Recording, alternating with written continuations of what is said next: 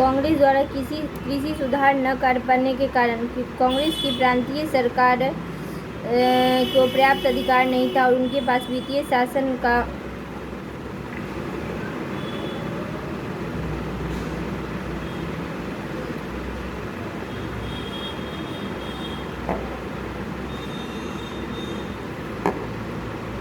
कांग्रेस द्वारा कृषि सुधार न कर पाने का कारण कांग्रेस की प्रांतीय सरकार को पर्याप्त अधिकार नहीं था और उनके पास वित्तीय संसाधन का अभाव था, क्योंकि राजस्व के अधिकांश हिस्से प्रयोग भारत की केंद्रीय सरकार करती थी।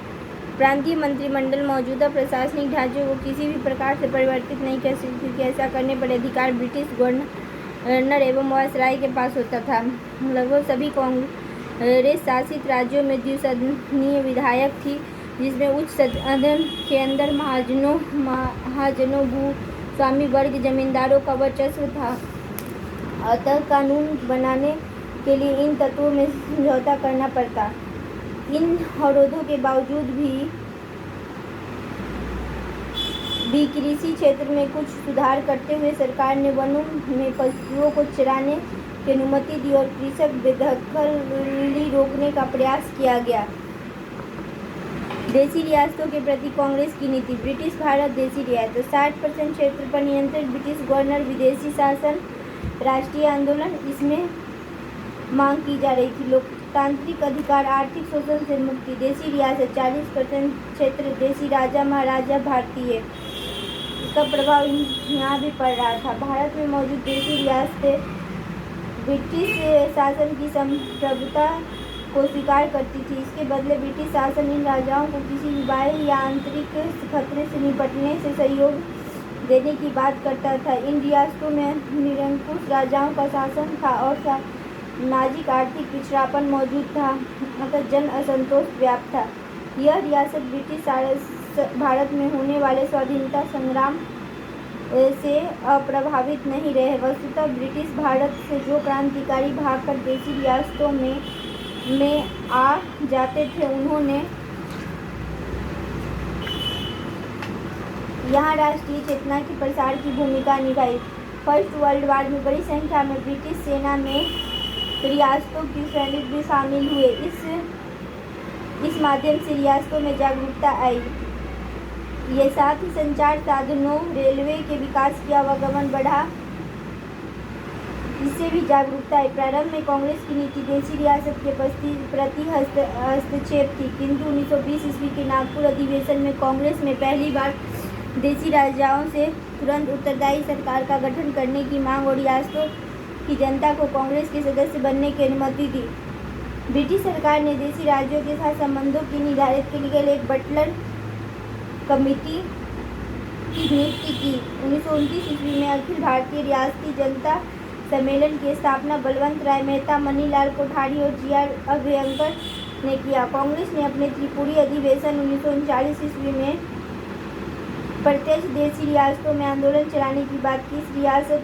इस रियासती जनता सम्मेलन की मांगों में सामाजिक शैक्षणिक सुधार, स्वतंत्र न्यायपालिका का गठन जैसी उदारवादी मांगें थी। इस तरह रियासती जनता सम्मेलन सामंतवाद विरोधी था, किंतु साम्राज्यवादी विरोधी नहीं था। किंतु जब रियासतों के शासकों ने ब्रिटिश सरकार के सहयोग से इसके दमन का प्रयास किया, तब यह साम्राज्यवाद विरोधी भी हो गया। 1939 ईस्वी में अखिल भारतीय रियासत जनता सम्मेलन के अध्यक्ष जवाहरलाल नेहरू थे। इस तरह ब्रिटिश भारत एवं देशी रियासत में चल रहा आंदोलन एक दूसरे से जुड़ गया। देशी रियासत के एकीकरण में पटेल की भूमिका। सरदार वल्लभ भाई पटेल, इसके अलावा सभी देशी रियासत का एकीकरण हो गया। हैदराबाद निजाम इटली के बराबर, जूनागढ़ जम्मू कश्मीर। एक राष्ट्र के रूप में भारत का सुदृढ़ीकरण मजबूत अर्थात देशी रियासतों का एकीकरण प्रमुख चुनौती थी। भारत में स्वतंत्रता के समय 550 देशी रियासत मौजूद थी, जिसके तहत संपूर्ण भारत की लगभग 40% क्षेत्र और 1/4 जनसंख्या निवास करती थी। अतः इतने बड़े क्षेत्र में भारत संघ के साथ मिलाना जरूरी था। इन रियासतों के एकीकरण पर इसलिए बल दिया गया क्योंकि ये रियासतें प्रादेशिक अखंडता में बाधक थी। वस्तुतः रियासतों में जन कठिनाइयाँ बढ़ रही थी, अतः इनका स्वतंत्र बने रहना संभव नहीं था। सरदार पटेल विभाग के प्रमुख थे, जिसके सचिव बीपी मेनन थे। पटेल ने स्वतंत्र स्थिति के खतरों को समझते हुए कहा, कठिनाइयों से अर्जित हमारी आज़ादी इन रजवाड़ों के दरवाजों से निकलकर गायब हो सकती है। पटेल ने रियासत के राजा से कहा कि 15 अगस्त 1947 के पश्चात विलय की शर्तें अत्यंत कठोर हो जाएगी। इन प्रमुख को पेंशन देने और उनके अधिकारी एवं सैन्य बलों को भारतीय सेवा में रखने का आश्वासन दिया। पटेल ने कहा कि यदि ये रियासतें विलय प्रस्ताव को तुरंत स्वीकार नहीं करती तो वहाँ अनियंत्रित हो रहे जन आंदोलन के संदर्भ में उनकी कोई सहायता नहीं की जाएगी। फलतः कश्मीर, जूनागढ़ एवं हैदराबाद को छोड़कर अन्य सभी रियासतों में विलय प्रस्ताव पर हस्ताक्षर किया गया। देशी रियासतों का एकीकरण विश्व इतिहास में एक महत्वपूर्ण घटना बन जाती है।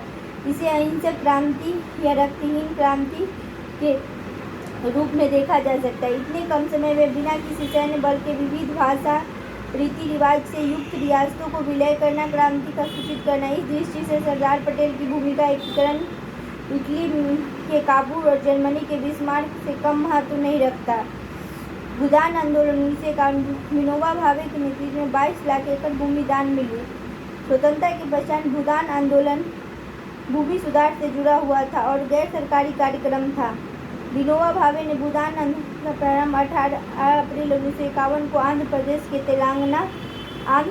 तेलंगाना के पोचमपल्ली गांव से किया। इस आंदोलन के तहत वे और समर्थक गांव-गांव पैदल जाकर भूस्वामी से अपनी भूमि का 1/6 दान करने को आग्रह करते और इस भूमि को गरीबों में बांटकर भूमि सुधार की वास्तविकता रूप देना चाहते थे। वस्तुतः अहिंसक तरीके से समाजवाद लाना चाहते थे। विनोबा भावे ने आंध्र प्रदेश, बिहार आदि क्षेत्रों में यात्रा कर लगभग 22 लाख एकड़ भूमि दान में प्राप्त की और यह साबित किया कि अहिंसा की शक्ति में भूमि समस्या का समाधान हो सकता है। उनके कार्यों से प्रभावित होकर जयप्रकाश नारायण ने 1953 ईस्वी में सक्रिय राजनीति से संन्यास लिया और भूदान आंदोलन में शामिल हुए, किंतु यह आंदोलन अपनी उद्देश्य में सफल नहीं हुआ, क्योंकि अधिकांश ऐसी भूमि दान में प्राप्त हुई जो बंजर थी और न्यायिक मुकदमों में फंसी हुई थी।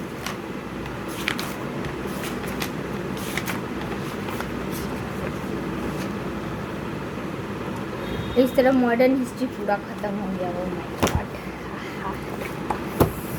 बीजू जनता दल बीजद, थोड़ा सा ये बात लिखा हुआ है, इसको पढ़ लेते। बीजू पटनायक, नवीन पटनायक उड़ीसा, बीजद राष्ट्रीय जनता दल राजद, लालू प्रसाद लालू यादव बिहार और झारखंड, राष्ट्रीय लोक समता पार्टी उपेंद्र कुशवाहा बिहार, रालोसपा लोक जनता Ramvilas Paswan Bihar, YSR Congress Andhra Pradesh, Samajwadi party Mulayam Singh Yadav, Akhilesh Yadav Uttar Pradesh, Sikkim democratic party पवन कुमार चामलिंग सिक्किम, शिरोमणि अकाली प्रकाश सिंह बादल पंजाब, शिवसेना बाल साहब ठाकरे उद्धव ठाकरे महाराष्ट्र, जन अधिकारी पार्टी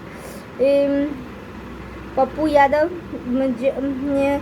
बिहार, शरद यादव 4 बार लोकसभा से मधुपुरा जन्म एमपी के होशंगाबाद जिला, पार्टी जनता दल यूनाइटेड, महाराष्ट्र नवनिर्माण सेना 2006 में राज ठाकरे महाराष्ट्र बाल ठाकरे का भतीजा, राष्ट्रीय दल भारतीय जनता पार्टी, राष्ट्रीय अध्यक्ष जगत प्रसाद जेपी नड्डा भाजपा, भारतीय राष्ट्रीय को INC Sonia Gandhi, Rashtravadi Congress Sharad Pawar Rakapa, BSP Mayawati, Bharatiya communist party D Raja Bhakpa, ICP मार्क्सवादी सीताराम येचुरी और सर्व Bharatiya Trinamool Congress Mamata Banerjee, ITC national people's party कौनसा संघवा एमपीपी, आम आदमी पार्टी अरविंद केजरीवाल, अन्ना मुद्रक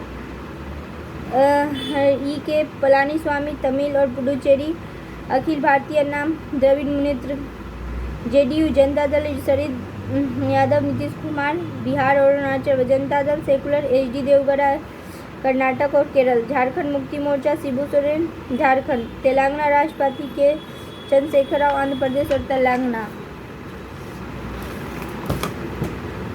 राजग एनडीए नेशनल डेमोक्रेटिक अलायंस, राष्ट्रीय जनतंत्र गठबंधन, यूनाइटेड प्रोग्रेसिव अलायंस, संयुक्त प्रगतिशील गठबंधन, कांग्रेस, भारतीय राष्ट्रीय कांग्रेस, भारतीय जनता राष्ट्रीय पार्टी के 3 अलग अलग राज्यों में कम से कम लोकसभा की कुल सीटें 2% हासिल की हो।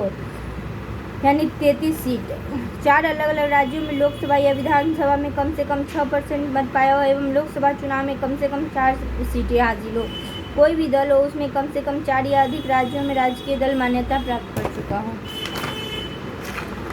Wow, thank you.